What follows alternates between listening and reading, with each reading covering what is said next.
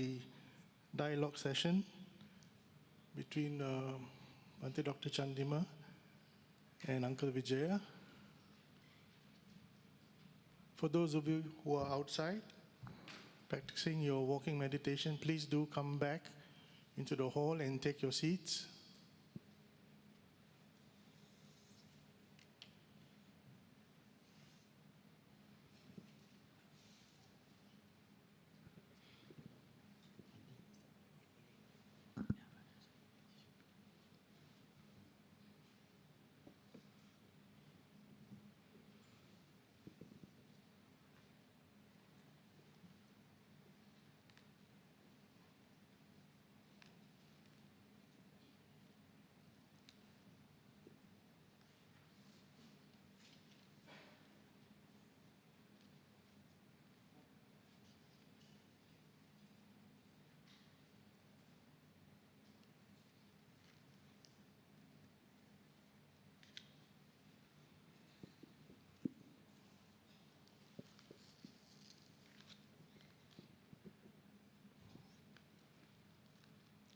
Okay, so welcome back everyone to the afternoon session of the two-day retreat by Bhante Dr. Chandima. And I guess the next session will be the most interesting session over the 2 days, simply because Uncle Vijay is here. I don't need to explain further, right? Okay, the reason why we have Uncle Vijay here is because Bhante planned a dialogue session, and where Uncle Vijay would be the moderator, and Bhante will be the panelist. And the topic of discussion is what Buddhist practices clear bad karma. For those of you who do not know Uncle Vijay, let me quickly read his profile. It's quite a lengthy one, but I've shortened it. Uncle Vijaya Samaravikrama, or fondly known as Uncle Vijaya, is a respected figure within the Buddhist community, delivering countless inspiring Dhamma talks at universities, schools, and Dhamma centers throughout Malaysia, as well as in Singapore and Australia, spanning 6 decades. In addition to his speaking engagements, he is also the patron of the Sasana Vibhuddhivardhana Society, which is the Buddhist Mahavihara, and also served as the chairman of the Nalanda Institute's education team. He has represented Malaysia in various Buddhist conventions and conferences, both locally and internationally, and has authored over a dozen booklets with more than over, I think by now, 250,000 copies distributed worldwide. Well, before he's in retirement, he has held the position of the senior lecturer at University Technology Malaysia and worked as a lecturer in drama and theatre, in public speaking and world religions at the Taylor's University American Degree Program. And so we are glad to have Uncle Vijay here this afternoon to moderate this session. And of course, we also have Bhante Dr. Chandima, who's going to be a panelist. And Dr. Chandima is the associate editor of the Journal of the International Buddhist Studies, which is published by the Buddhist Research Institute of the Mahachulalongkorn Raja Vidyalala University in Thailand. He was also previously a research fellow at the Center for Studies on Religion and Society at the University of Victoria in Canada. Bhante Dr. Chandima was also the Theravada Buddhist chaplain at the University of British Columbia in Vancouver, Canada. He is currently the senior advisor of Patisotta, a virtual Dhamma organization that hosts weekly online Pali reading classes, sutta discussions, and Dhamma talks, and other Dhamma activities. And Bhante has been with us, I think, for the last 2 months or so, and also conducting our regular Monday night sutta classes, which is very well received. Yeah? So without much ado, I would now like to hand the mic to Uncle Vijaya to start the moderation for this dialogue session entitled, anyways, dialogue session number 11. There were 10 previous ones. Yeah? I think the last one was also at the last retreat that Bhante had. I think it was just number 9, if I'm not mistaken. And the title was called the title is called What Buddhist Practices Clear Bad Karma. So, Uncle Vijaya. Bhante, I humbly beg your permission to speak. Good afternoon, brothers and sisters. And thank you, Brother Leslie, for that very kind introduction. To be honest with you, I'm really thrilled to be with you here again. I never expected such a huge crowd. And it speaks very well for the popularity of Bhante. Leslie was saying that Bhante has been here for 2 months. Not only here, Bhante has been all around the country serving the Buddhist cause, and for that we thank you. Today, the topic that Bhante has invited me to host is, remove the title. Oh, it's come back. Okay. What Buddhist practices clear bad karma? I think we may have to explain why we chose why Bhante chose that particular topic.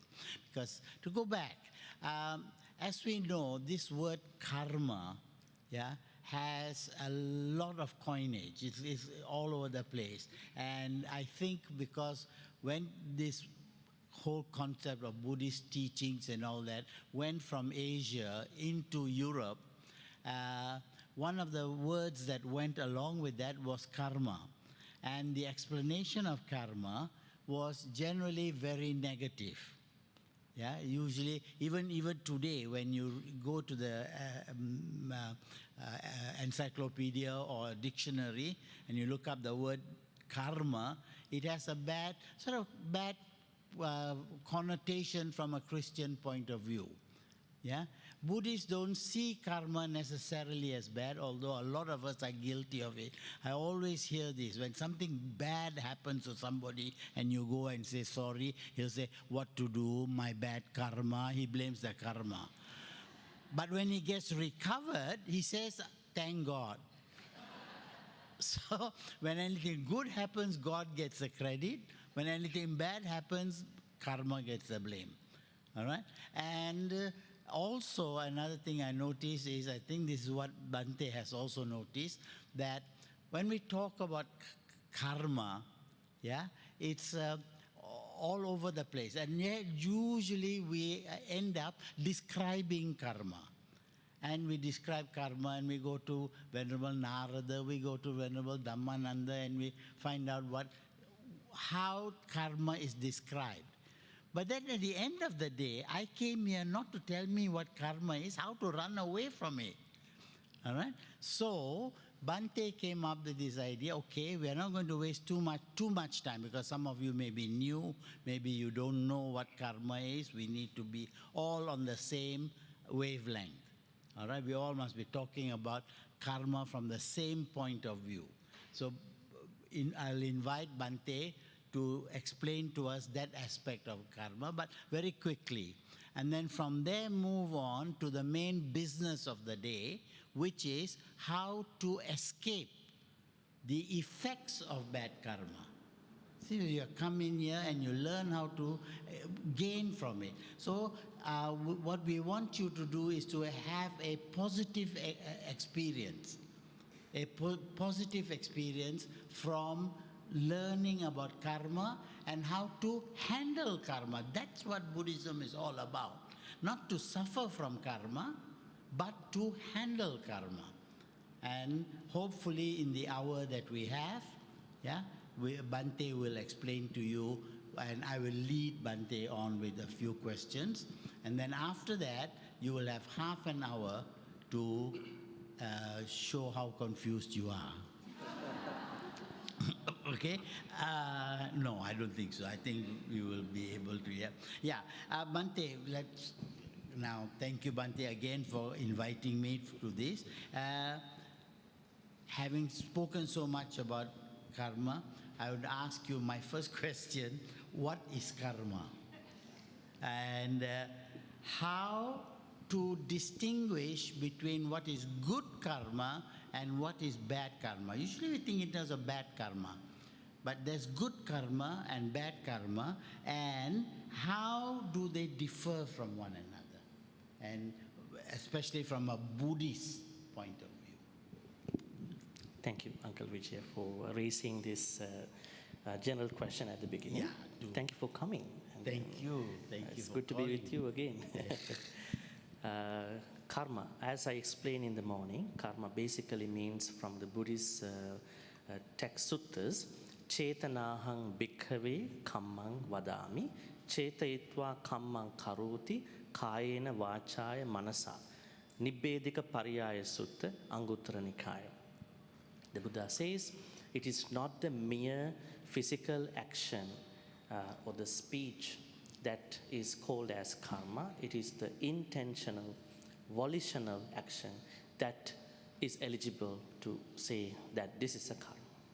So that is karma. So I mean, in our daily life, we do lots of activities that are probably carrying no intention.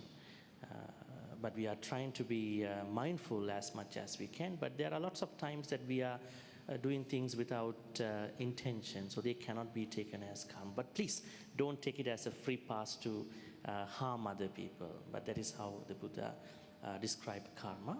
At the same time, how to differentiate good karma and bad karma. So now we said about chetana. If chetana is the intention, whatever the activity, speech that you are doing with intention, you may do it with skillful thoughts or unskillful thoughts. That means you may do the karma skillfully or unskillfully. So skillfulness and unskillfulness, or wholesomeness or unwholesomeness. Today morning we learn about how and what are the 10 basic unskillful activities.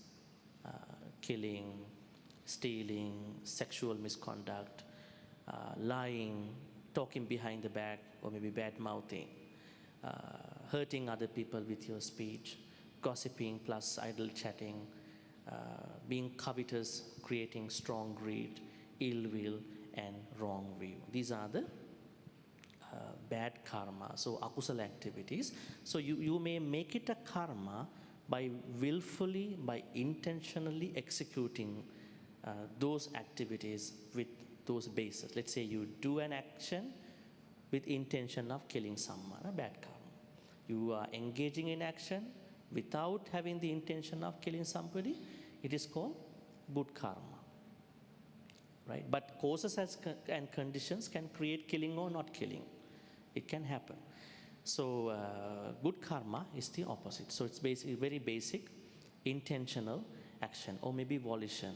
We would say, if you bring intention to any of your actions, your speeches, you are creating karma. If not, they are karmaless actions. Karmaless actions. There are lots of karmaless actions that we are doing. So they are not eligible to be called as karmic actions. And say, for instance, when you become an arahant one day, all your actions are karmaless actions. Arahants don't create karma. The moment they became arahants, they go and offer flowers to the Buddha, no karma. Because there's no karma they are making. Actually, we are saying to you to do good karma, but finally we are saying no to karma. When you become an arahant, no to karma. Because then if you don't have karma, you have no gas to survive in the sansaric vehicle. Right? No karma to go in. So Buddha said one day you are going to get over punya, good karma, and papa. Punya papa pahi nasa natti jaga ratu bayang. Enlightened folks are, they have already overcome good karma, bad karma, no fear, no sorrow. But we are still unenlightened beings, so we have to create good karma till we get to the Nibbana. Because we need to become wholesome, comfortable, healthy. But when we achieve Nibbana, we don't even need karma. So that is the way how we look at it. So Bhante, what is the practical value of knowing this, that there is good karma and bad karma? Yeah. Then How can I use it? Yeah, practical value is that how we're going to internalize in our daily life. Is that we understand till we get to the at least Sotapanna level, we must have adequately created good karmas. Because let's say you are becoming a very poor person, very unhealthy person. At that point, you cannot practice Dhamma. Because you are having a lot of problems to survive in this human life, in this samsara. So that means we need some good karmas to survive till we attain Nibbana, till we at least to get to the point of Saddhanusari, Dhammanusari, the pre-Sotapanna levels. So we need good karmas. So how would I know that this is good and this is bad? Understanding 10 kusalas and 10 akusalas. So first we have to understand what are the 10 kusalas, what are the 10 akusalas. The Buddha clearly given that in Saliyaka Sutta in Majjhima Nikaya. So clearly a standardized set of kusala and akusala. When you know them, the more you know them, the more you engage in the kusala activities, good karma. The less you know, then the more you engage in the bad activities, karmas. So I think it's rather than we only talk about good karma, bad karma, we must know what they are exactly are. Absolutely. My next question, why do we need to meet like this to learn about? It's not natural to us to know what is good and bad. We need to learn the pariyati. Yeah. So even today morning, I explained to all of you that this is the first kusala, second kusala, third, fourth, fifth, sixth until 10. And I said the opposite is the akusala. So when you have to study them one by one. Say for instance, these are carrying some paradoxes. All these kusalas are carrying paradoxes. That means you see one way it is good, other way it might be good too. On one way it is bad, good way also looking bad. So then you have to personally understand. Say for instance, killing, not killing. How do I clearly stay on to this not killing practice? It can be a bit challenging. Say for instance, how to get rid of all these tiny creatures in your house. I explain to them, mosquitoes and all these tiny creatures, pest. What I'm gonna do? And then how do I take antibiotics, medications for killing some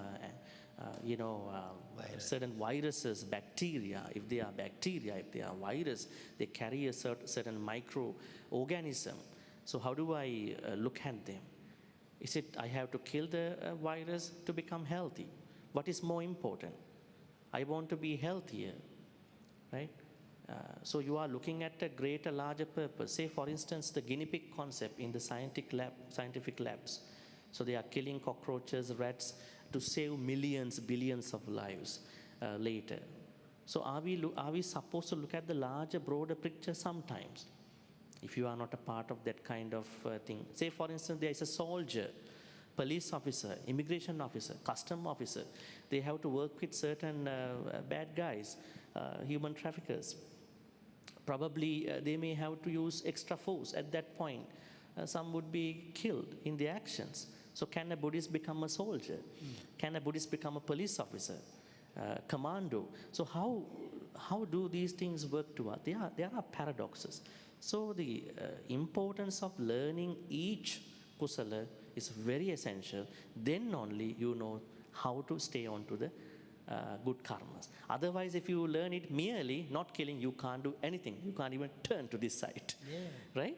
You are so troubled by these precepts and these activities. So you need to study slowly, personally, socially, under the suttas, maybe learned monks, speakers. That's why you are here. So these are important to study. The onus is on us to understand both sides. So because if you don't do that, finally, everything will have to be borne out by you. Yeah. Kammassa komi, kamma dayadu, kamma bandhu. Kamma is our relative, kamma is my mother, kamma is my father, kamma is what is taken from this life to the next life, kamma is what I'm going to exhaust when I attain Nibbana. So if you don't do that, you will have to pay a big cost in the samsara.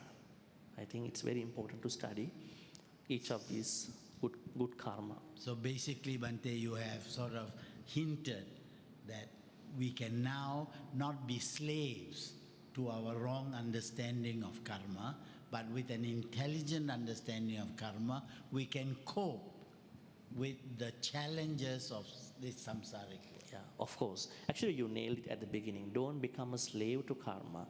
Manage your karma. Manage the karma. Manage your karma. You can use the karma. Not karma uses you, trouble you. Can you go down to the next question? Please. Okay, right.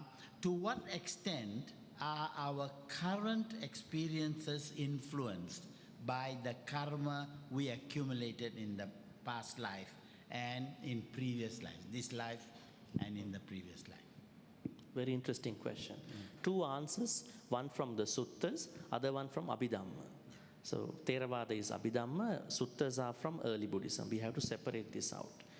We know when you study Buddhism scholarly, you understand that early Buddhism is non-sectarian. There's no Theravada, Mahayana, Vajrayana.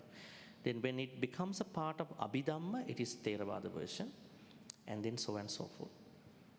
In early Buddhism, the Buddha said in a couple of suttas that I want to dispel three types of misunderstandings with regard to the karma. One is there is a sort of conception that people think all what we go through come from a superior God. In Pali we call Issara Nimmana Hetuvada. Issara Nimmana Hetuvada means there is a almighty so-called God who gives us rewards and then punishment. Buddha said, no, I dispel that.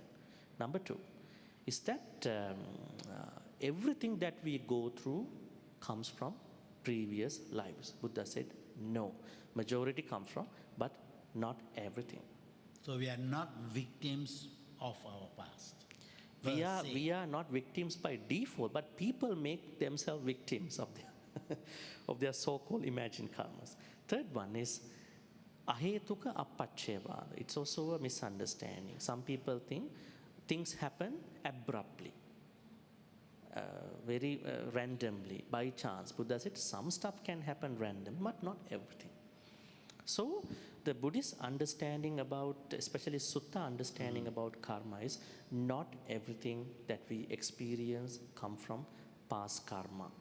So say for instance in the Sivaka Sutta, Buddha says, you are going to operate, you are going to stretch out your arms, flex your arms in the wrong way.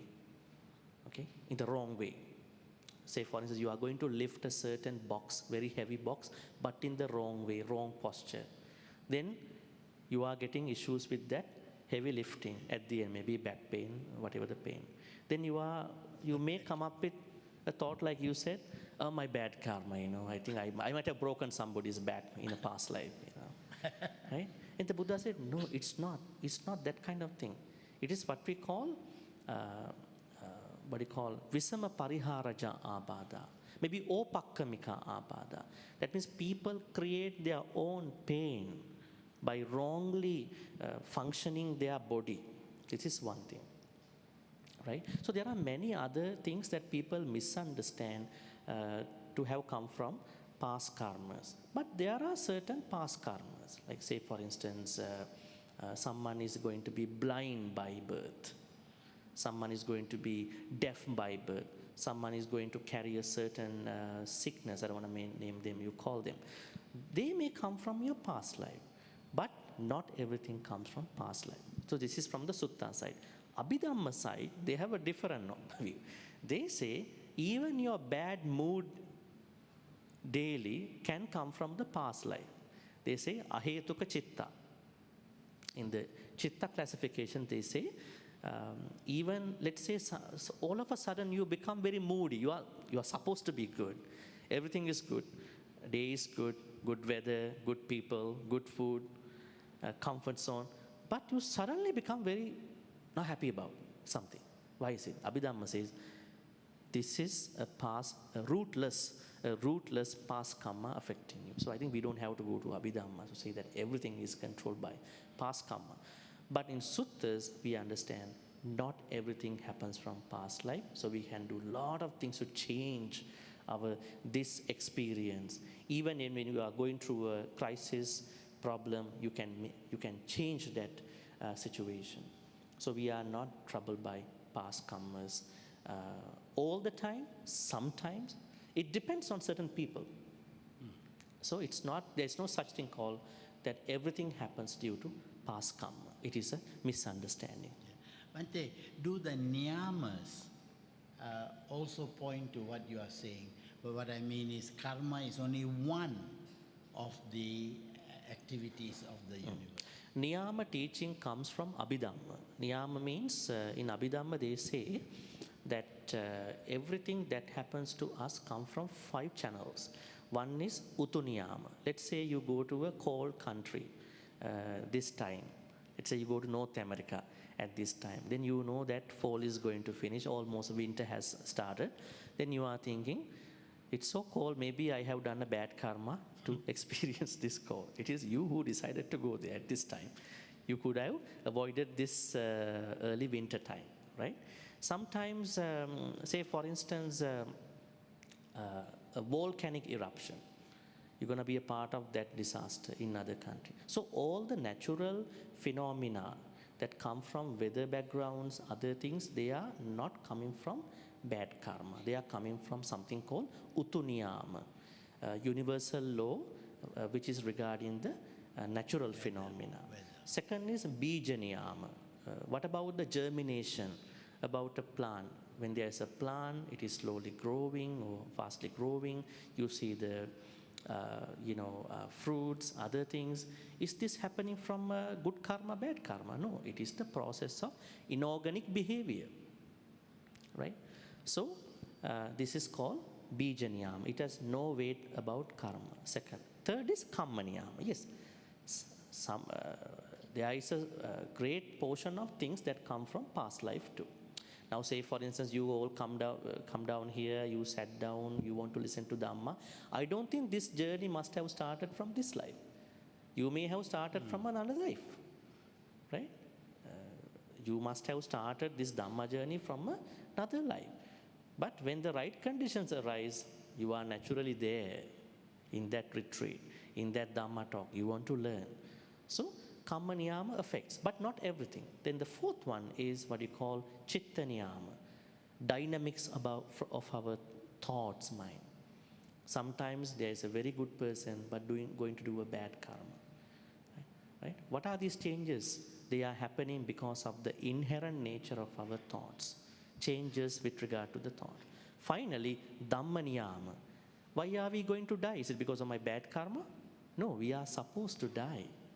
But XYZ details about when, where, how, they come from my karma. They may come from my karma. Maybe my other activities too. Let's say you are going to be a heavy smoker. It's not your karma, but you are addicted to smoking every day. So you are shortening your lifetime just because of your smoking. That has no bearing about past karma. But sometimes past karmas create you to die. So Dhamma Niyama. Rebirth, aging, then getting sick, then dying. These are part of Dhamma Niyama, not Kamma Niyama. But XYZ details, the true, correct particularities about when, how, and XYZ things, they are happening because of your own karma, or maybe you are creating activities. So Kamma, what you call Niyama teaching also tells us not everything comes from karma. So it's very, very complex and not a simple one-to-one. Because of our education background and so on, we think in terms of cause and effect. 1 equals 1. But I think no, it is non-linear. It's not linear. Let me tell you, sometimes it is said 2-3 niyamas cause us to experience a bad karma. Say for instance, a flight is going to crash in the air. What karma is this? Collective karma. 300, 400 people got together, did something wrong. Something like that. So then what is that? Is it Utuniyama? Sometimes 500 people die from a tsunami all of a sudden. There was no tsunami alerts before. Why is it? Can we only put it as Utuniyama? No, maybe Utuniyama, Kamma Niyama together. So there are hybrid niyamas working sometimes. So karma, as you said, cannot be linear. It does not happen like, as you said, 1 + 1, 2. it's very different the way how the maturity of karma works. Nobody knows how karma is going to be mature. But when it is mature, you know how bad is it. You know how strong is it. So, but just because we don't know the maturity, it doesn't prevent us from doing good things. I think we can discuss more about this later. Yeah, later. Okay. Can we move on? Yeah, please. Okay, move on. Yeah. Is it possible? I think we are there now. Is it possible to change my bad karma, and how can we effectively reshape our personal characteristics? Is it? Yes and no. It's a mixed answer. Narrative. Sorry. That one can, but the first one you said, can we neutralize? Yes and no. Yeah. It is not the karma itself. It is the person too. It is the person too. Because I think in the morning I already explained to you, someone who has developed some level of sila, good discipline, someone who has developed samadhi, concentration by practicing meditation and all that, someone at the same time who has developed panya, wisdom to a certain extent, is going to enjoy or maybe experience a bad karma. As I said earlier, there are two people, person A, person B. Person A has a practice of sila, samadhi, panya. Person B has no practice of sila, samadhi, panya. But both do the gossiping. They gossip, let's say, both gossip. Simple example. But the one, they are not supposed to gossip. We understand it's not nice, it's not good, not nice to others, not nice to our personal life, spiritual life, Dhamma journey. But let's say out of this absent-mindedness that the person A who has a certain practice of sila, samadhi, panya is to gossip, he or she is having a less impact from that actions because she has already entered into the sila, samadhi practice. But the one who is not practicing any of these things, sila, samadhi, panya, is going to have the full effect of that bad gossiping, bad karma. But isn't that bad person's bad karma that he has no opportunity to learn about this way of looking at karma? Isn't it his bad karma? Yeah, so person B has had no knowledge about what is this. Yeah. Probably he has no understanding about gossiping is bad. Yeah, so we can't blame him for it. Socially we can't blame him, but karma blames him. That's why he has to go through that. Yeah. Socially it's okay. So, law-wise it's okay, but karma-wise it's going to be a big time for him. For him or her. So we need to work to be born in circumstances where we can come into contact with the Dhamma. Not even that exposure, but also steady practice, steady, consistent Dhamma practice. I think all of you practice, maybe on and off, seldom, sometimes probably once a week, maybe once a month. I think this is steady practice. Consistent practice is the best way to counteract these karmic attacks. Yes. Little by little. Little by. Yeah. If changing or clearing or adjusting bad karma is possible, what specific Buddhist practices can I incorporate into my life to mitigate bad karma? I think this is the pokok bicara lah. Pokok bicara means the essence of our discussion. Yeah, what can I do? Yeah, what can Bhante teach us to do to escape these effects? I think I haven't answered the rest of the question. Second part of the previous question, what was it? Yes, part is, what specific Buddhist practices can I... No, not this one, previous one. How can we effectively reshape our personal narrative? Yes, by steadily practicing the Noble Eightfold Path. Because Noble Eightfold Path is included in the Sila Samadhi Panya. Panya, Sila, Samadhi, Panya. That is the only and best way to work with the whatever the karmas. The karmas we did in the past, we don't know. Karmas we did now, in this life, we know a little bit. You don't need to go and dig them again and again to feel very bad about them. So do more good karmas to work with them. So you have to work with them. It's like you are going to work with challenging people in your household. Sometimes you have to work with. You cannot avoid them. They are in the house. Maybe your loved ones. You cannot avoid them sometimes. Even the workplace. Workplace. You cannot change the job, careers, just because one person in the workplace. So you have to work with them. What could be the best approach to work with these people? In the same way, we have to work with our own karma, known karma, unknown karma. So yes, we can rewrite our story. It is possible. How to rewrite our story? Now say for instance, someone thinks that I cannot practice Dhamma. I cannot meditate. Simple example. Then when other people ask, why you cannot meditate? No, I have to sit down and stay longer, many hours. Why you are bothered by timing? Why you are bothered by how long that you have to be on the cushion? You don't have to. Then a good Samaritan is going to arising at that point. Maybe a monk or a Dhamma speaker saying, no need. Meditation is not just a cushion practice only. Most of the meditations happen off the cushion. Everything is a meditation. When you talk with mindfulness, filter out what you talk. When you stand with metta, as I said earlier. When you walk with metta, tittang charang. When you sit down, sit with metta. When you lie down with metta. Everything will become a meditation. So why then that person has to think that meditation must be an experience of sitting down all the time? So at that point, she thinks, I found my way to practice my own meditation. You rewrite your story. But there are certain things some people may not be able to recover, like somebody who is bornly blind. Someone may have a sickness. But even the sickness, that person can practice some of the teachings of the Buddha. Say, for instance, anatta concept. Anatta means not self. When you practice anatta and anicca, you will understand your own pain.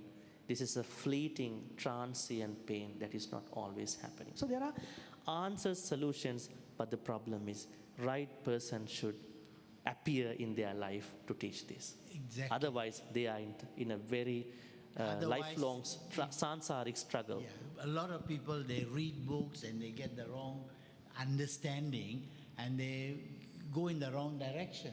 That's very, very dangerous, isn't it? Isn't it very necessary to have a competent teacher? Teacher must appear. What if he doesn't? That's the problem. That's the problem. That means you haven't done enough good karmas to find the teacher. So anyways. We must pray hard to be born in Malaysia again with all its problems. And on the other side is the karma violence. We have to be very careful. There may be a crippled person who cannot walk. And you are always bothered by good karma, bad karma. Look that person must have done a bad karma. Broken somebody's legs in a past life.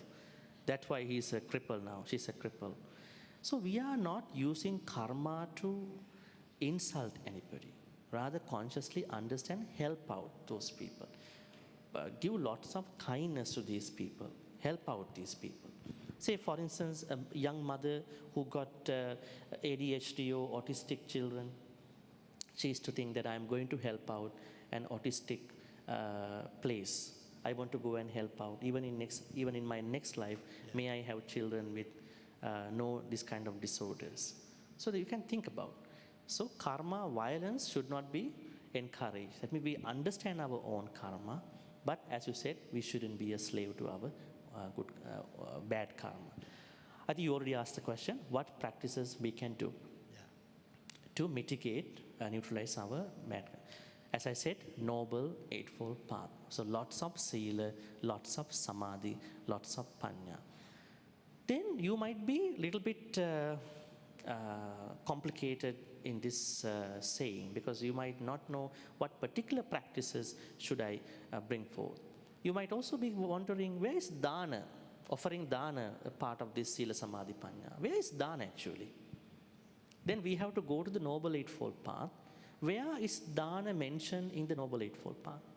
Is it Sammaditthi or Samma Sankappa, right view or right intention? Or where is it a part of? Yeah? Right action.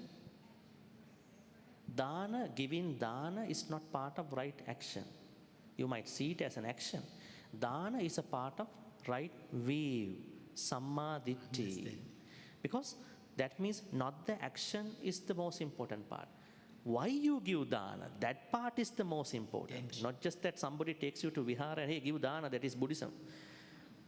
That could be the initial step. But later on, later on, you are going to imbibe that person. Why? Why? Because this is a part of Sammaditthi. The Buddha said Sammaditthi has 10 things to do. Believing in small dana, large dana, believing in good karma, bad karma, giving a special position to your mother. My mother is a special person in my life. Atti Mata. Atti Pita. My father is a special person. Spontaneous beings, Opapatika Satta, those who are reborn without the connection of a mother-father, they exist. Even Deva, ghosts, all these people. So there are 10 things. Sorry, Bhante, can you please repeat that? I think it's very important because we haven't had, it hasn't been explained to us, carefully. Okay. Interesting. Okay. So there are 10 things that we have to bring to our views, our attitudes. There are 10 things. One of this is giving dana. So it's an attitude at the beginning, in the first place. It's not an action yet. It's an attitude. So why we give dana? It's a purifier of our views, a purifier. These days we have lots of purifiers, air purifiers, everything. So it's the basic purifier of our views. It must get into our views. So giving a small offering, sometimes you cannot afford to give a very large dana. At that point, even give a small dana with great intentions. Right? You can do that. And that kills our ego, our greed and so on. Is that right? It is. It is at the same time, you are creating lots of wisdom at that point as a part of panya, the Sammaditthi and Samma Sankappa. So now we are talking about the practices to do to clear bad karma, said Noble Eightfold Path. And I said it comes as Panya, Sila, Samadhi, Panya. Now we are discussing Panya part, Sammaditthi.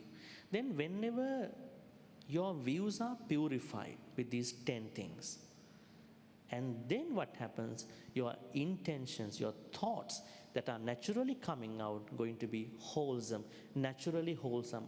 You don't need to put lots of effort. But nowadays, by now, you may think that you have to challenge a lot to yourself to become better people. When you have the right view with these 10 sections, you are naturally having wholesome thoughts. Whatever the thoughts that are coming out, say for instance, you have thoughts of not killing other people, taking care of other people. You have thoughts of not harassing, bullying other people. You have thoughts of renunciation. They are naturally coming out, not with lots of effort. By default, you are coming up with lots of natural thoughts. I think it's a good thing. Otherwise, you have to pressurize you a lot from the morning. I have to be. Then that pressurization can give you stress. What if that you end up with stress in doing good things? Dana, Sila, Bhavana. It's not nice. It's not good too. Right? So then they are naturally coming. I mean the second factor in the Noble Eightfold Path.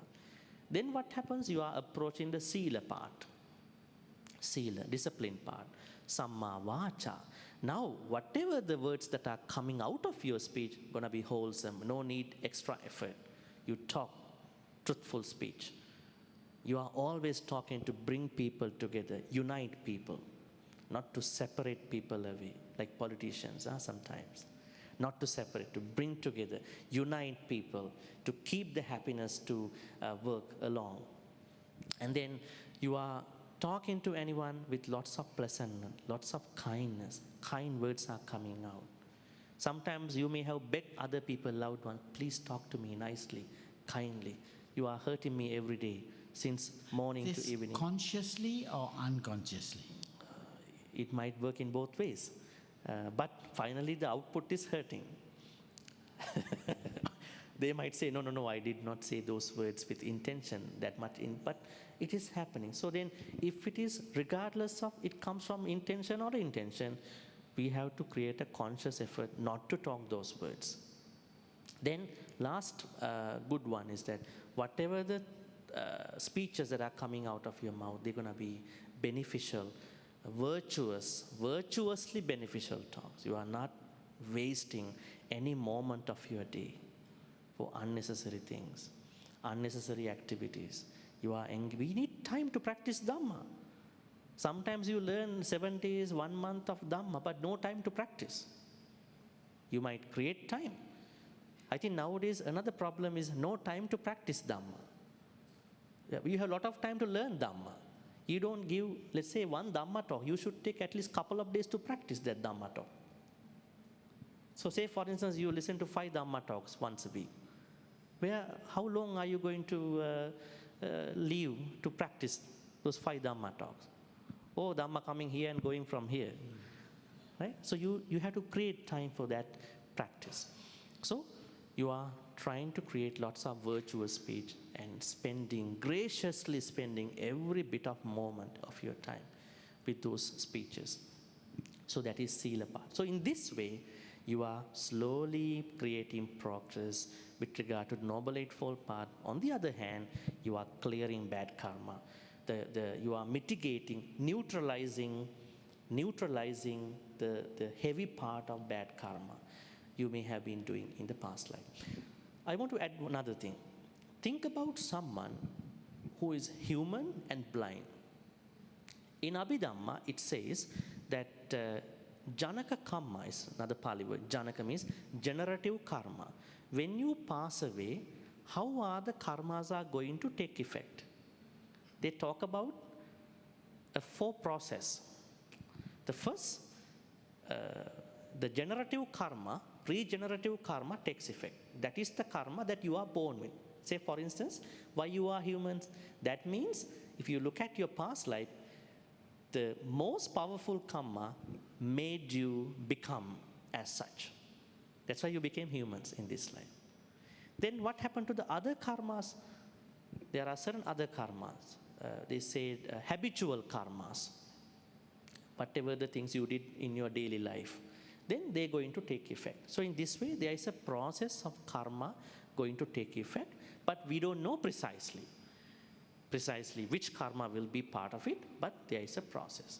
So just to make you happy, that definitely you can clear lots of bad karmas by properly practicing this Noble Eightfold Path, slowly, gradually. Developing habitual karma. Is that what you're saying? I said about what is happening now, they are mostly coming from generation karma. Now, say for instance, that example, someone who was a human, who became a human, all of a sudden blind. Why is it? Generative karma made her a human, but the habitual karma made him or her a blind person. So that means on one side, you are carrying lots of heavy karmas, then there are counteractions are happening through bad karmas. So then the thing is, you must have done a lot of weighty, strong karmas. You have to carry them from this life forward. Then what happens? Other small karmas will be defunct, void. They will be void. They won't be realized. You can make them not realize. You can make them not materialize by creating lots of heavy good karma, not normal karma, heavy good karma. What are the heavy good karmas? Noble Eightfold Path. They are the heaviest, the strongest good karmas. We have 10 more minutes. Yeah. Yes. We have exhausted our first lot of questions. So we move on to the next lot or ask? No, we can finish and then we will let the floor open. Open the floor. Okay, more time for your questions and answers. Okay. Right. So the Q&A works in a way that there are two girls, one here, one on the other hand. Please raise your hand, so they will pass the mic on to you. Whose good karma is it to ask the first question? Okay, Good afternoon, Bhante and Dr. Vijaya. Uncle. Uncle Vijaya. Okay, Bhante, after Bhante taught us the 10 kusala deeds, so it means that for us, we are working, we don't have much time because most of the time is on our office work and traveling. So we need to prioritize our kusala deeds.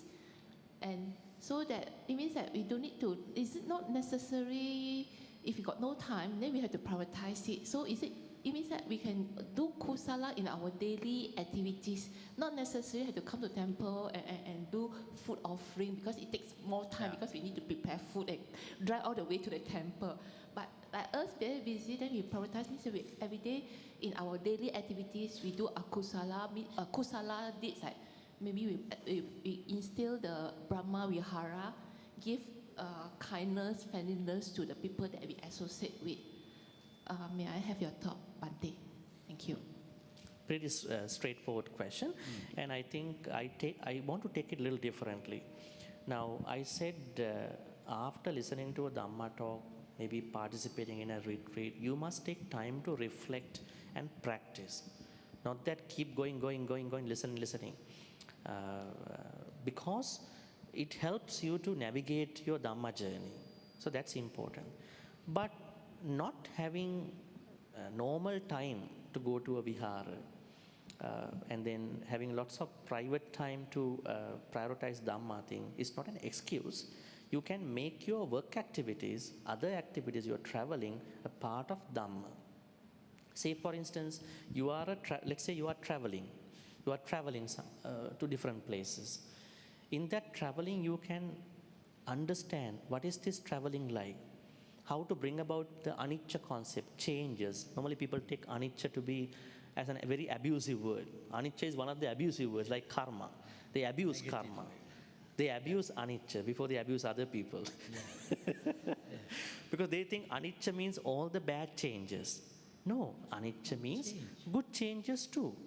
What if that you are passing an exam, you are getting a promotion, somebody compliments you, somebody who never complimented you, suddenly going to compliment you. There are changes. And other changes, we have to incorporate good, bad, all changes into anicca. So when you are traveling, you see changes are happening in that traveling. At work, how many people are changing morning to evening when you are working with other colleagues at work? Sometimes they are nice to you, sometimes they are not nice to you, kind to you, sometimes they are cooperating with you, sometimes not, sometimes they have tiny small politics going here and there. So you are bringing Dhamma to understand what is happening to me, what has happened to me, what are happening to them. How do I understand this larger, broader problem, matter in my workplace in a nice way? Then you are bringing Dhamma to work. Working, practicing Dhamma, working, practicing Dhamma simultaneously. Not necessarily you have to stop working and come to temple, which is going to be an impractical thing. But whenever you have time, come here to any temple and then practice. But there's no problem to practice Dhamma with other activities. There's a bearing on everything. Because in the Metta Sutta, Buddha says, Appakiccho is a quality that you have to practice. Appakiccho. Remember? What is appakiccho? Appakiccho means we all are busy. But we have to create time for the necessary stuff, necessary things. A lot of problems in household may come from in not paying attention to your loved ones.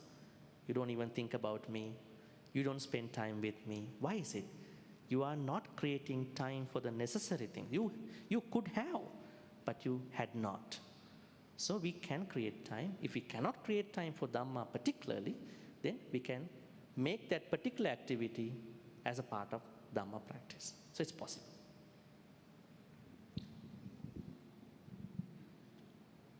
Any other question? Somebody putting up the hands There's a mic coming.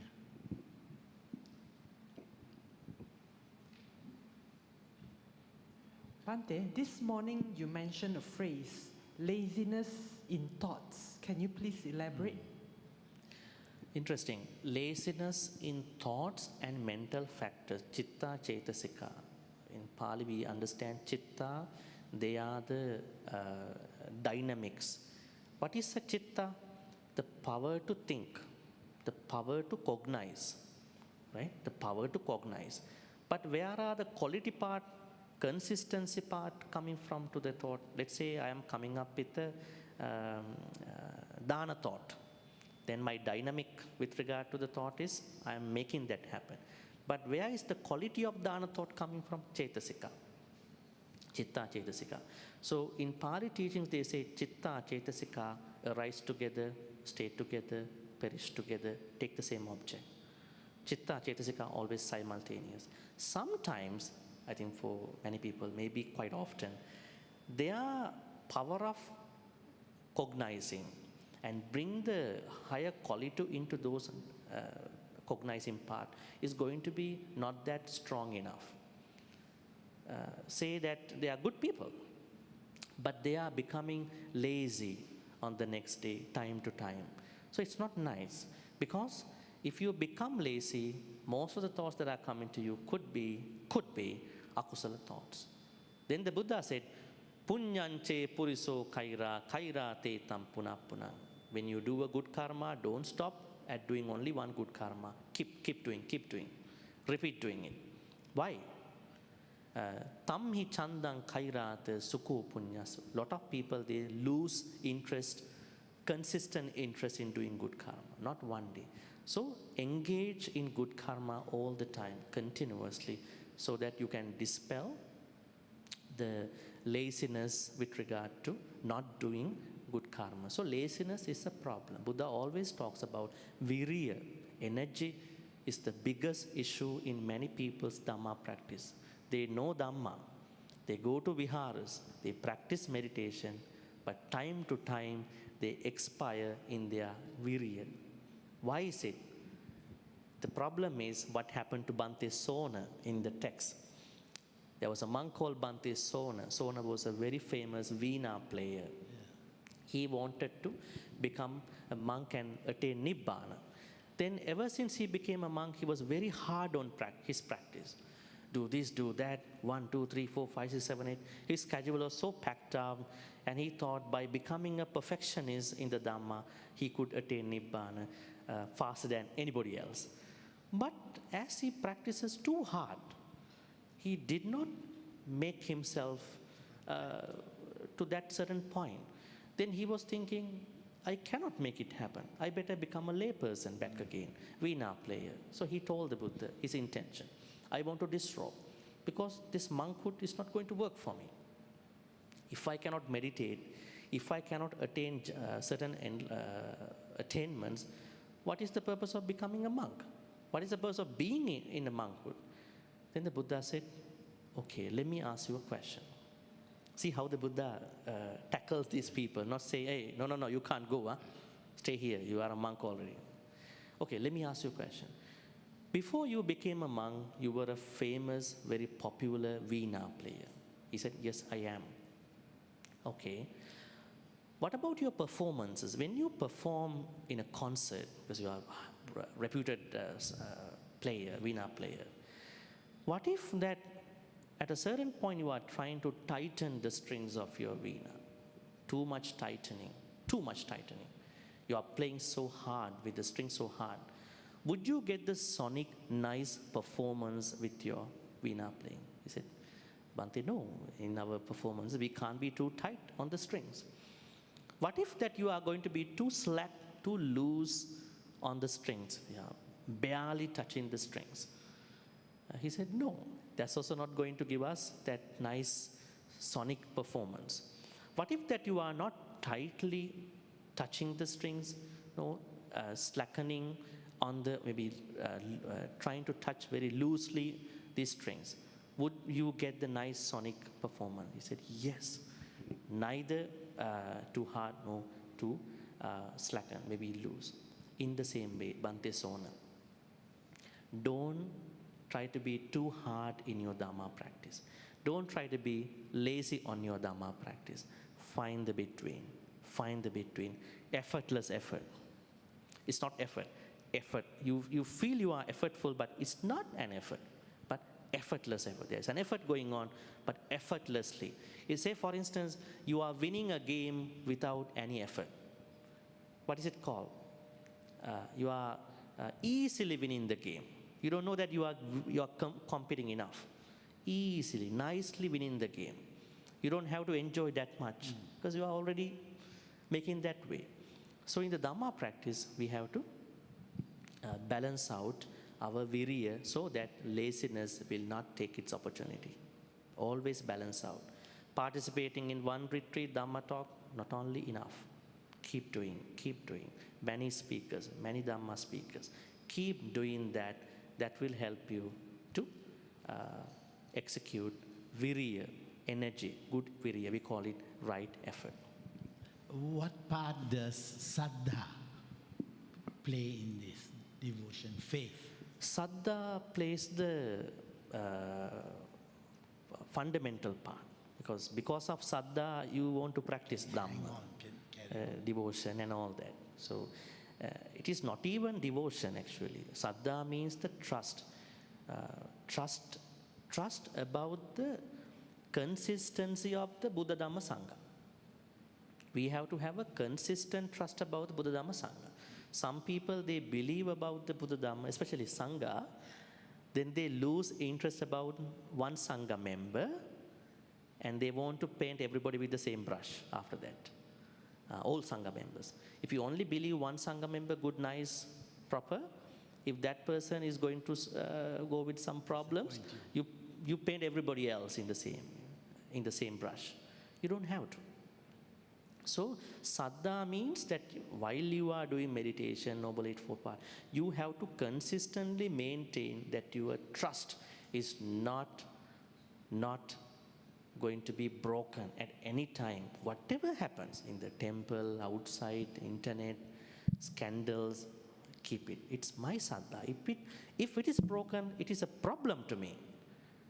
It might not be a problem to internet, might not be a problem to media.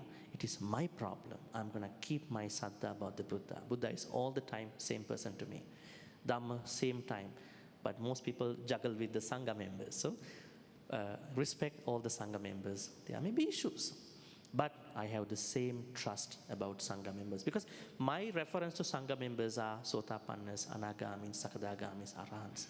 Way beyond normal What ones. is your definition of Sangha member? Somebody who wears a robe? Or is it deeper than that? Okay, there are few interpretations.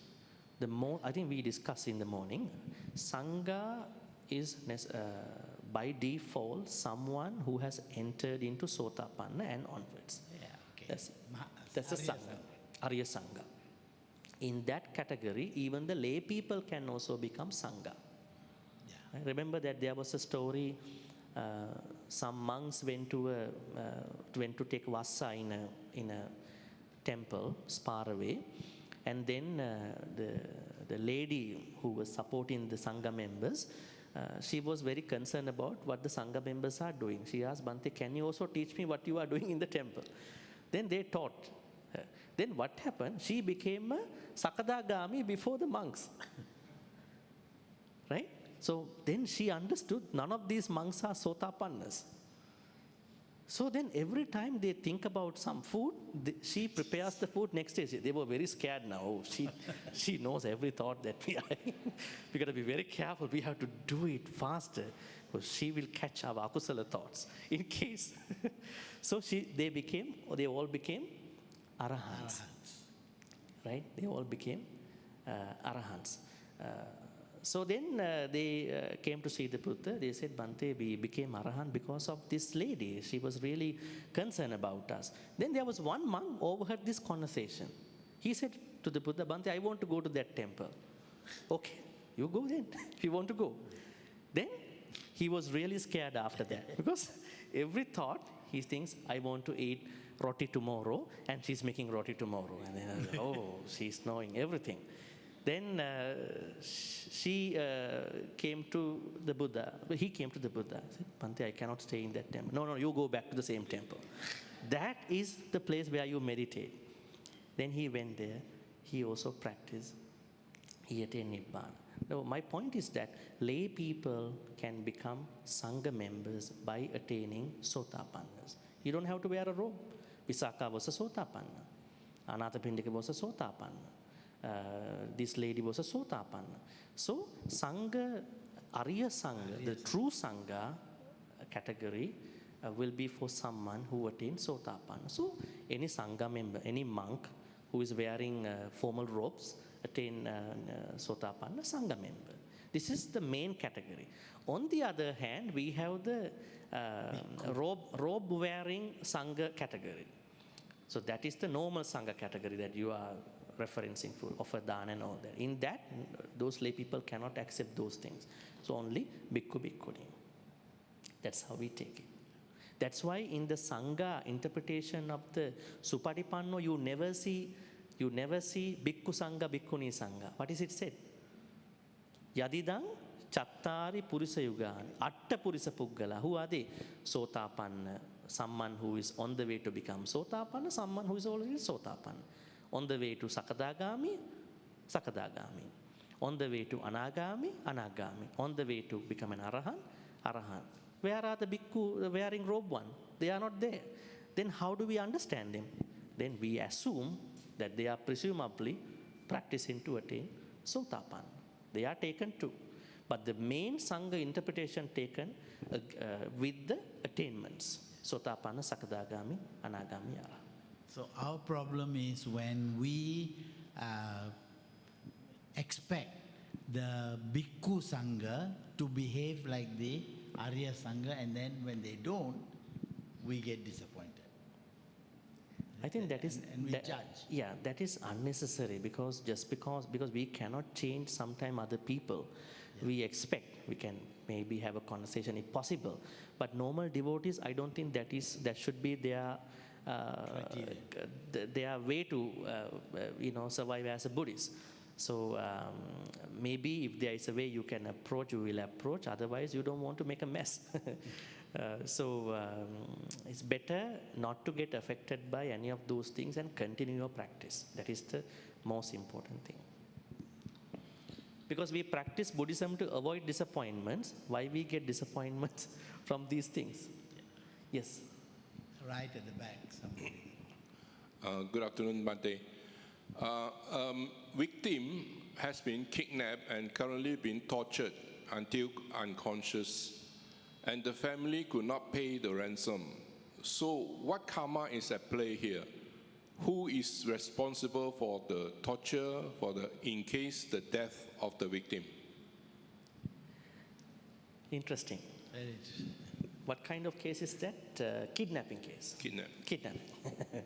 Okay, so I think better to look at this issue from the Dhamma perspective. It's better to see what we are supposed to do now, involving the law enforcement for this issue, and then how to deal with these people. Now, sometimes these kidnappers asking ransom, but they already killed the person, asking the money. So the thing is that we have to first work in the way how to solve this. On the surface value. That's number one. Number two, why is this happening? Yeah, there may be some akusala karmas in the past, which the victim may have done. Or maybe the victim may have done something unnecessary. The victim may have associated bad people, may have gone to a bad place. Say, for instance, now it is there are travel advisories. You should not travel to these places. There are some terrorists. There are some kidnappers living there. You might be kidnapped by anybody if you travel, but you taking the risk, you go there, you've been kidnapped, you're thinking, my bad karma. What was the bad karma in that situation? Bad decision. Bad decision. So that is one thing. Sometimes even you are in a very safe place, you can be kidnapped. So you have to minimize how not to be kidnapped by these people. Sometimes it might be money, especially they are kidnapping because of reasons. So you can lower the conditions for kidnappers to kidnap. So we cannot say what exactly at that point. It could be a past karma, it could be a bad decision. That is how we have to look at it. Bhante, what about the perpetrators? I mean, would there be a payback or kind of thing? Because they seem to get away. Definitely, perpetrators are paying a big cost for that. Yeah, this life or next life. Physically, mentally, emotionally, sansarically. They seem to get away, but we see a lot of people in this life suffering innocently. Why? Maybe something is catching up with them. Very true, yes. And I think over there. Okay, Bhante and Uncle Vijaya, I would like to ask how the Devas or Bodhisattva play the role in karma. You know, is there any way that they do came, you know, when we did a bad karma, for example, then they will come in, if we were to pray, to save or whatever lah. Is there a way where Bodhisattva or Deva, you know, help in reducing the bad karma? Yep, thank you. Okay. So the Bodhisattvas and Devas are not immune to the bad karma. So they are also going through bad karmas. Even Buddha had to go through certain effects from his past life. Arahants had to go through. But now you are asking whether we can seek any support from them. Yes, you may be. We know that Rukkha Devata, tree spirits, it is said that trees have devas, different type of lower devas. So we know there are a lot of examples where tree devas have helped people in Jataka stories. Remember one Jataka. In this Jataka, all the students in the Ivy League University, Takkasila, were informed by the teacher that if you can go back home and secretly steal something from your house and come back, and I'm gonna choose the first one who is bringing the stolen items. I'm gonna give my daughter to that boy. And boys were really mad, and then they ran to steal stuff from their houses. But one boy, he was very calmly waiting. He said, the teacher asked, didn't you listen what I told you? Yes, I did. But I think there is a problem. You said to go back home and steal something from our houses without letting our parents know, without letting other people know. But you cannot do any bad karma without having to being seen by the Rukkha Devata, tree spirits. Even you lock the door, they can see what you are doing. So we know in another Jataka story, there was someone who was pushed to a problem, helped out by a tree Devata, Rukkha Devata. That means they can help us. But assuming you are a good person, I think there are people who are saying, you are making it very cheap when you go to a parking spot. Today I got a parking spot. Maybe Deva helped me to get the parking spot.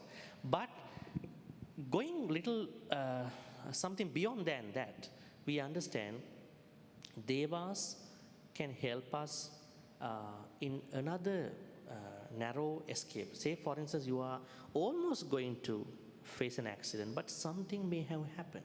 A narrow escape. Something must have happened. Maybe some of the Devas are following you. So when you follow the Noble Eightfold Path, definitely lots of Devas are following you. They know that you are making good karmas, exactly how the Buddha prescribed. So yes. But don't just do good karmas to get their support. That is not nice. That is demeaning you. So you do your good things, they will follow you, definitely. Dhammo have rakkati dhammacharim. Those who live by the Dhamma, they are protected by the Dhamma. So the Devas will come. But that's not our goal. Our goal is to get rid of samsara. Whether Devas can help, that's a different question. That is our own effort. And that's their wish. And that's their wish. That's their wish. Okay. Afternoon, Bhante. Is there such a thing as the exhaustion of karma, and karma is to become, isn't it? And the third question is to become versus just to be. Could we have your perspectives on that, please? Thank you. Yes, we can neutralize some karmas. That's what we've been talking. Let's say, what happened to Arahant Angulimala's bad karmas? They were neutralized. So there is a certain what you call karmas that can be void and defunct, exhausted because of doing more good karmas. You can do it. That's why we are doing more good karmas. So tiny little bad karmas can be neutralized mostly. I think in order to answer that question, we have to go to find heavy bad karmas, heavy good karmas, strongest bad karmas, worst karmas, and then the best karmas. So it's a good thing. If you go to Ratana Sutta, where is that mentioned? There's a place in Ratana Sutta we understand that Chachabhitanani ababbu katu. Remember? Chachabhitanani ababbu katu. Why you need to become a Sotapanna? When you become a Sotapanna, you are not eligible to commit 6 worse karmas. 6 to become. Abhabbu, ineligible. What are these 6 bad karmas? 6 worse karmas. We have to go to a sutta called Bahudhatuka Sutta in Majjhima Nikaya, where Buddha talks about these 6 worse karmas.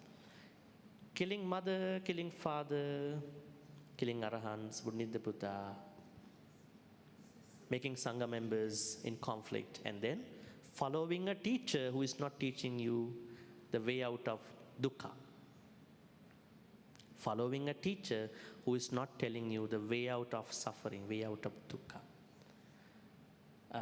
So if somebody is engaged in these 6 worse karmas, then that person will have to go through a lot of effects out of that. So when you become a Sotapanna, you will never do that. You will never ever do that. So that means on one hand, you understand the worst karma. And what are the best karmas? Dhammadanang sabbadanang dinati. Talking about the Dhamma is the best dana. So from today onwards, then people will never come to the vihara and offer food to the monks. Say Dhamma dana. It's not like that. You have to keep going.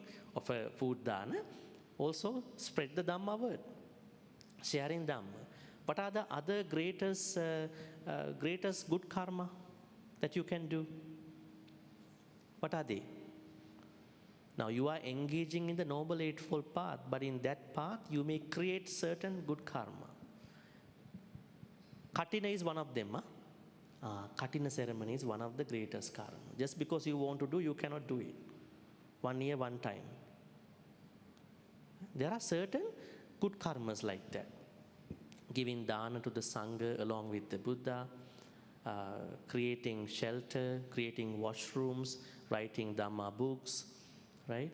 So there are 8 greatest karmas. So by way of practicing these greatest good karmas, you can neutralize bad karmas. So that's why in the sutta that you also asked me the other day, Lonapala Sutta, Buddha asked, somebody asked from the Buddha, Bhante, is there a way how we can neutralize our bad karma? The Buddha said, yes. It's like someone is to put a little amount of salt into a cup of water. What is happening to that cup of water? It will become saltish in a moment of time. What if someone is going to put the same amount of salt into the Ganges in India? Will the Ganges become salty in a moment? Volume of water is far more than the salt amount. In the same way, if you haven't done Sila Samadhi Panya in the way of Noble Eightfold Path, even a tiny, small, bad karma, even stepping on the ant will come back to you in a very bad way. But if you have done lots of Sila Samadhi Panya, tiny little karmas will be neutralized. So there is an exorcisation about karma. What's the next question you asked? The second part of the question? Maybe give the mic to her again.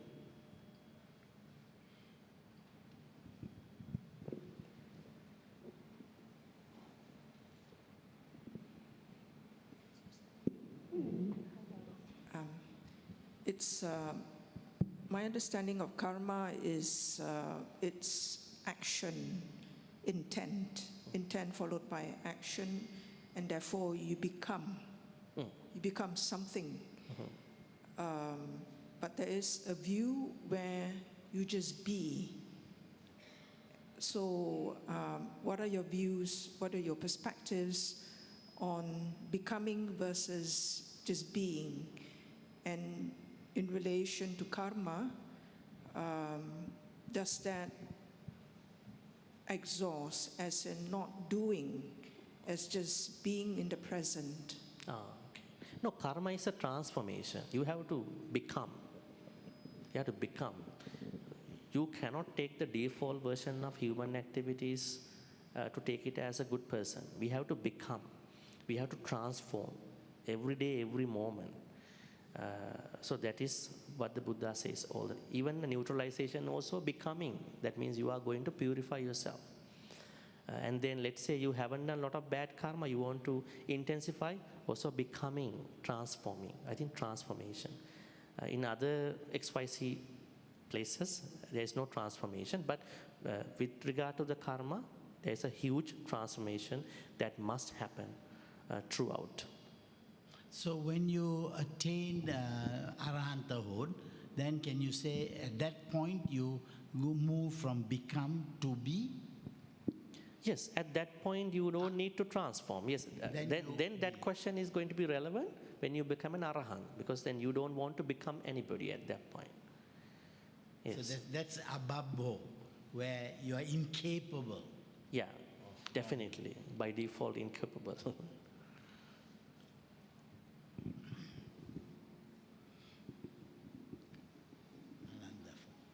Bhante, Yes. good afternoon. Further to your earlier clarification regarding clearing of bad karma, this title also lends itself to a common advertisement in social media that there are certain pujas or religious ceremonies or procedures, usually within the Buddhist community, that you can, shall we say, nullify any bad karma that we have, and whatever remains is only good karma. Is that possible?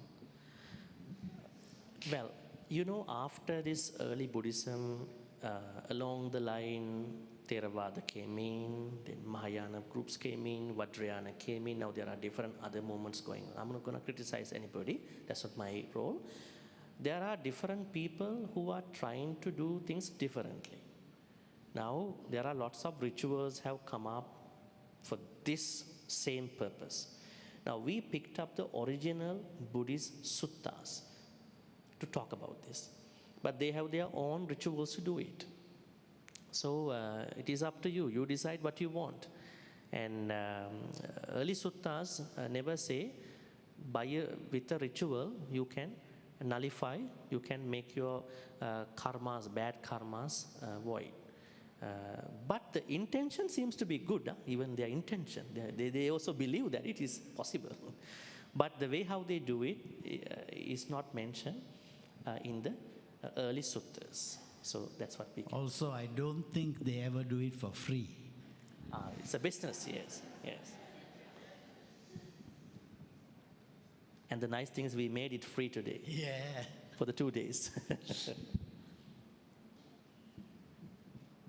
Bhante, you were talking about attitude. We have to repent, acknowledge, and then have patience, and then forgiveness. So when we have bad karma ripening, say for example sickness or things are not going smoothly, so we have to do both the attitude as well as doing the kusala deeds. Is that so? Can Bhante elaborate more on this? I think before we think about what to do, we have to first understand, why is my sickness happening? Is it regarding my past life, or maybe a poor decision I made about it? Say for instance, you becoming obese, you getting diabetes, on the way to become you are borderline, and you may be getting some blood pressure. Is it because my mother had the blood pressure? Is it a generational chain? Or it is my own poor decisions with regard to my lifestyle? So we have to mend that at that point first before we label it as a bad karma. I think most of the things, we go back to our default question, most of the experiences we have in life, they are not regarding past life. Most of them. Because think about, we became humans, that means we must have done a very, very giant jumbo kusala in the past, a jumbo one. That's why we had to be very happy about it. Now, why we go back again and then blame our bad karma? Perhaps if it is coming from the generations, yes, it could be, we cannot avoid. But there are a lot of things we make us to become as such. So first we approach the problem in that way, in our decision way, in our approach. Then you think that, no, it's not something I did, I cannot avoid it. Then only we are bringing it to that understanding, the methodology I taught you in the morning. Otherwise, don't label it on the spot that this is a bad karma I may have done. I will probably end this with a story, a real story. Someone in Canada, in a place I stayed, she rented a car with her daughter, and while she was waiting in the traffic light, suddenly the accelerator was pushed down and she smashed onto a a bus stop. And then she was severely wounded, and some of the tiny pieces of the glass went into the stomach of daughter. Now we went to bless her in the hospital, and then the husband was talking to me. He was telling me, Bhante, we were both thinking together, in a past life, we must have had a rancher where we had broken the legs of some animals, pigs and all these animals. So that's why my wife got into this problem. So we think it's a bad karma. We've broken the legs of these tiny animals, pigs and those animals like this. Then I said, how many years you've been in Canada? 15 years. So just for one of these incidents, you call that you broke the legs of other animals and you became as such. Don't label it as a bad karma in the first place. And they found out the car that they used, the car got a problem. It's not her problem. So sometimes these things can happen. Don't try to rush to label it as a bad karma. So embrace, lot of things can be changed in this life. Uncle Vijay, you have something to share? You haven't shared and you all put everything to me. So please. There's nothing more to add. Many times the Buddha was listening and he asked the monk to explain. And then the monk said, perfect. Buddha said, perfect. I have nothing more to add. I'm not suggesting anything by the way. Okay, maybe any more questions? But any more questions, or it's almost time? Or maybe one last question? I think two. We'll finish with two. Not many more. Yeah. Okay. Hello. I wanted to ask about, is it only important for karma to have intention or results of action as well? Like, for example, if we take like one businessman who, for example, supports surgeries for kids and he saves their lives, but he does it for satisfy his ego and for other people to respect him. Will he get, bad karma or good karma based on his action, or it's more based on his intention? Perhaps you will answer. Sorry, I couldn't get Maybe you rephrase the question in short again. Okay. Yeah, so for example, we take a businessman who provide money for children's surgeries, basically to save their lives.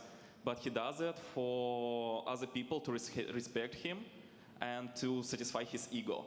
So is it like bad karma or good karma for him? Good karma for the child, certainly, because he gets some money and he's good for him. No, if you do something good, doesn't matter what the intention is, if you do something good, the result will, yes, be good. But if there is ego, selfishness, self-interest involved in that, then of course that's bad karma. So what appears as a good karma can also be directed by bad karma. All right? So we have to be very careful when we judge people even. When we judge people, whatever is going on in his mind, we don't know. But in this case, if you say that he did it for his own ego, for his own betterment, then that's bad karma. But the action he did had good results. So that's good. So he'll get 50-50. Okay, thank you very much. Was that right? Yeah, at the same time, we have to appreciate this gentleman who is doing it for whatever the reason.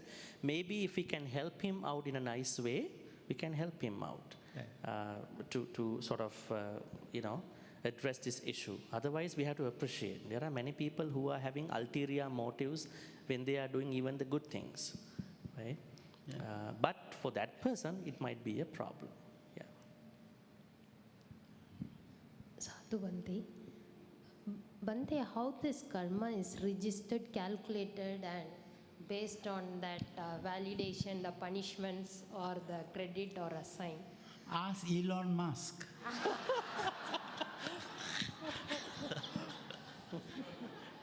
No, because I don't think there is that kind of a computer generated. I think this is the working of karma. That's why it's so complex and so difficult to say 1 equals 2, right? That we have to understand a lot of the workings of the teaching of the Buddha and the commentaries before we can come up with answers. But I think no one has definitive answers, and there is no one reply to this question. To answer this question, we have to go to a sutta called Achinteya Sutta in the Anguttara Nikaya 4th section. Buddha said, none of us should think too much about 4 subjects. One is the Buddha. Don't think too much about him. If you think too much about him, you become mentally sick. Too much, overthink. Then karma, also related to today. Because we don't have to think too much, just do it. And then third is chitta. Don't think too much about the chitta. 4th is loka. Is there a world after this, universe? How long is it? How far is it? How wide is it? So I think, I know people are interested about these questions, but it's not necessary for our Dhamma practice. Because Buddha has left some of the unnecessary questions, so it's not necessary. We just engage in our practice. Actually, Bhante, for the real things which I have come across in my life, so I wanted to ask this question. Because to say like before I come to Malaysia, before 6 years ago, most of my colleagues advised me not to go to Malaysia because I'll be cheated and so on, not to trust or anything. But like I'm staying alone here for 6 years. I used to go everywhere alone. I never faced any problem. But when I went to Singapore for 2 days, I was about to lose my handphone, and the lady was dressed up very neatly, nicely. She looked so pretty, but I caught her. But I didn't hand over to the police, but I caught her. When I checked her bag, she got 6 phones, and one is mine. And she knows that is my phone. And I asked her before checking her phone, she said she didn't see my phone. So the story was different. But whereas recently a lady who traveled from India to Malaysia, she was about to take the flight the same day, but she fell inside the Sinkhole. The sinkhole. in Majestic. So people said like that's because of her karma, she has come here and got into such a situation and so on. So just was wondering whether what I did so that I'm getting protected so far, even I'm staying alone. And yeah, that's it. Maybe I overthink or not, but I just related this with the karma, so I just wanted to ask Bhante. Thank you, Sadhu. It's an ongoing process, I think, because the government is still searching, I think, certain things. I think they have even implemented to give a geotechnical report Yes, I think yeah, next time if you create those places. Anyway, so we don't know. We cannot brand it, label it from karma. Probably the bad place, wrong conditions. But finally, she had to pay for it. She passed away. Also, they couldn't find the body as well, right? So the tragedy seems to us definitely from a past karma. But there may be other conditions that may have affected. So we cannot exactly, pinpoint. This was definitely for the part of karma. Yeah. I think almost the timing. Yes. Yeah. So we will. Uncle, you can conclude. Yeah. And then just. Bhante, brothers and sisters, I don't know about you, but I thoroughly enjoyed myself. Partly because I think sitting here I had no chance to sleep. But that's not true. That's not true. The answers were so profound and so far-reaching that I think it went a long way. And I think we had a different take on karma. And like the sister, like I told the sister, the last sister who spoke, karma is so vast, so complex, like Bhante said, only a Buddha can really put his mind to it. Anybody else trying to put your mind to it is wasting your time.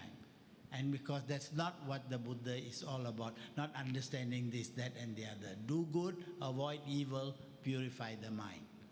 That has nothing to do with going for courses, all right? And so I hope we take this back with us, and as Bhante kept telling us, we have to go back and reflect on this. Not enough just to receive and keep it there. Reflect and put it into practice. And even if a little bit of effect is there, then I think that's what we should. Then this retreat has been a success. If it has transformed you, if it has changed you. But if you can just put it down to another activity in your life, that's a waste of time. Okay? So with that, I thank Bhante for having come all the way, for having spent so much time with us, not only this trip, but many other trips as well. We hope his health will be with him and he will be able to serve the Buddha Sasana always. Sadhu, sadhu. At the same time, we wish you to continue supporting, showing up in these events. We wish you good health. Thank you, and Bhante. happiness all the time. I will pass the mic over to Brother Leslie to conclude this event. And may all the good karmas we created be supportive and helpful to attain Nibbana. Sadhu, sadhu, sadhu.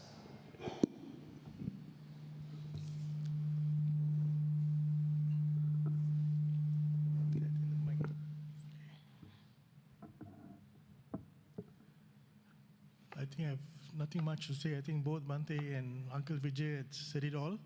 I'll just say a big sadhu to both of them. Sadhu, sadhu. Uncle Vijay, thank you so much for being with us. Thank you. I know we have indulged into your sleeping time, your afternoon nap. But we really appreciate the fact that you took time to come and spend time with us here at the retreat. Thank you. Thank you, Bhante, as well. And now we will just take, I think, a 15-minute break. Yeah, rest. Now we are taking a rest, 15 minutes. Please be here by 2:50 for the meditation, sitting meditation, please.